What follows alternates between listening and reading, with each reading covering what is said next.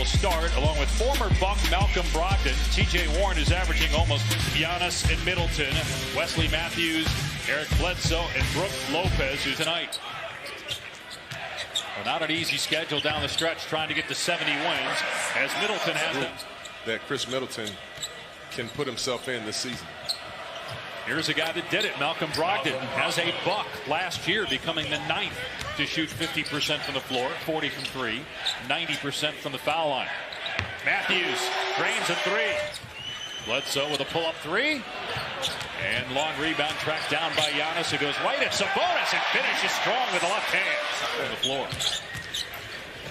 Bledsoe drive and kick. Here's Giannis from outside. Good on the 3. Adetokounmpo's made. And here is Giannis in transition. Matthews from this corner. Good on the 3. 15 with that kind of push shot floater. And he's 2 for 5 from the field. Here's a lob for Giannis in transition. No contest at the rim. You guys to the glass. We have to get back. Adetokounmpo with 7 points already as Turner scores. Giannis. Here's Robin Lopez. Wow, nice move getting Turner off his feet. It's all. Right now, Milwaukee's shooting close to 60%, while Indiana's at 20%. Middleton falling away, drops it through. 25 and assists already on 11 field goals, which means they're playing pretty good basketball. And 7 fast break points. So Indiana goes to the bench, brings in final year there, and with a terrific NBA player so far off the bench. Miles Turner from outside. By Justin Holiday, they did a good job of denying. The intensity's picking up right now for the Pacers, and that's the reason why the coach made a switch. Now, T.J. Warren will off the bench for Milwaukee this year. It'll be interesting to watch him once they get to the playoffs if he can keep this up. Lopez, nice pass. Marvin Williams with the finish inside. You talked about the execution offensively for Milwaukee. 9 assists on 13 baskets. DiVincenzo with another. You're going to drop back in that pretty much zone defense. You're going to give up the 3-point shots. I mean, look at 2 contests on Doug Gunning and Gunning. Oh, DiVincenzo got way up to block the 3-point shot, and then he lays it in on the other end. As I actually can't say I played, I was on the team, but his younger years, and I understand his, I understand not winning. I mean, LeBron's been great, but he won MVP last year. The odds say he's going to win it this year, and the numbers are even. Yeah, they're starting to get some deflections and create some turnovers, which allows them to get down and make shots like that. And he can really facing up, driving, hanging, but can't score. Got it back though, and then just toys with 4 Pacers. Continues to play, man. Offensive rebound, dunks on 3 people. I mean, what can you say? He's relentless. McDermott with a layup, but 2. And Mike Budenholzer said when he was an assistant with San Antonio, they had the Arvidas rule, and it was based on the shoulder that he went off of it. And because Milwaukee by 11, Pacers have missed their last 5 shots from the floor. T.J. Warren, excellent mid-range player. He's because of a right foot injury. 17th pick overall in 2018 out of Villanova. Chris Middleton with a turnaround jumper. Brogdon, another guy, 2nd-round pick. Won Rookie of the Year. Got paid by Indiana. Warren from outside. We talked about that improved 3-point game. And Coach McMillan talked about it in the interview, their vision, having a big backcourt and Malcolm Brogdon and Victor Oladipo. I mean, these Pacers. Oladipo's only played 10 games. Missed an entire calendar year as McConnell scoop and score. Sore knee, and that's a result of having that quad injury from a year ago, but the swelling has gone down. Here's Warren to the basket. Will they count it? Yes. And he lays it on the line every single play. There's a place in the league for guys like T.J. McConnell. Tough shot by Middleton. The tap is good. Lopez with the stick back. Dedication and enthusiasm, like a lot of people could be those guys. Beverly, a former 2nd-round pick that his brother Drew played at UCLA. And then his other brother Justin played at Washington, but now he's a teammate. Well, team goes not just them in Memphis, that's the other thing. And New Orleans has a much easier schedule, but you got San Antonio, Portland, Sacramento's coming out. Giannis banks it in. Yeah, but it's not. I just would like to see some good theater, man. I would like to see Zion play against the Lakers in the 1st round. That'd just be a lot of good TV. Warren with under the Indiana basket. Now he taps that towards midcourt, and McConnell out races Connaughton. Missed the layup. Warren gets the putback, though, and it's a 2-point. Is that a foul? It didn't look like it right there, but they called it.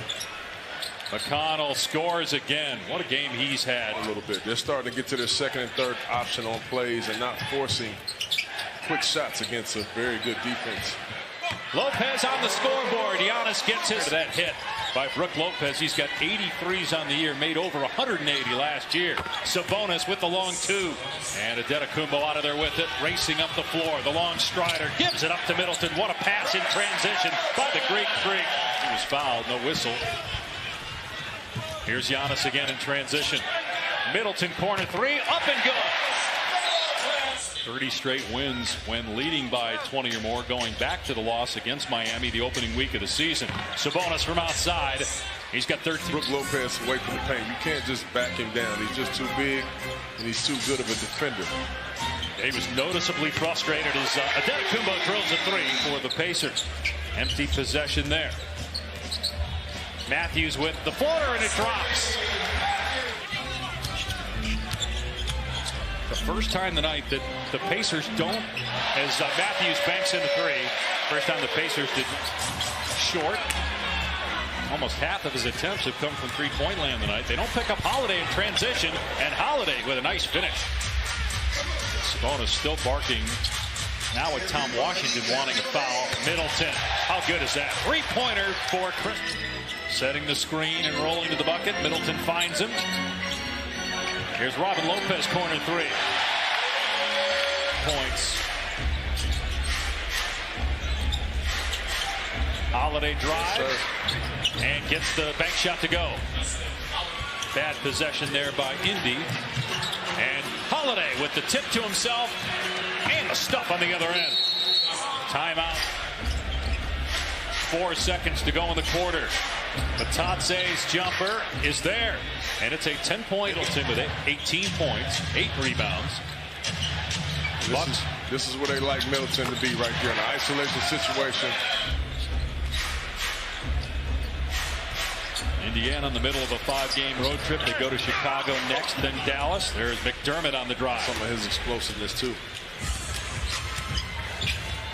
Here's Bledsoe from outside. Good on the three, and all of a sudden more when the game's more free-flowing, because he said he's had to make a lot of adjustments this season, a lot of compromises this year. About it is when the entire league is going small, tied them up again. When the entire league is going small, they went big. They're starting to around. You were talking earlier about when you were on the Clippers with Eric Bledsoe, and you said when you train young guys, but you don't just train young guys, you work with some veteran offense carried over. Is that fair to the defensive side? Yes. You know, sometimes, you know, a lot of players, that just kind of happens. In particular, nice shot right. Sterling Brown with the rebound. Largest lead of the night for Milwaukee at 24. Adetokounmpo step through, score against Turner. He's up for the reigning MVP. Brown with the pick. Here's Giannis. Here comes Aisha. We have another brother still in high school here in Milwaukee, actually. Tatse gets it to go.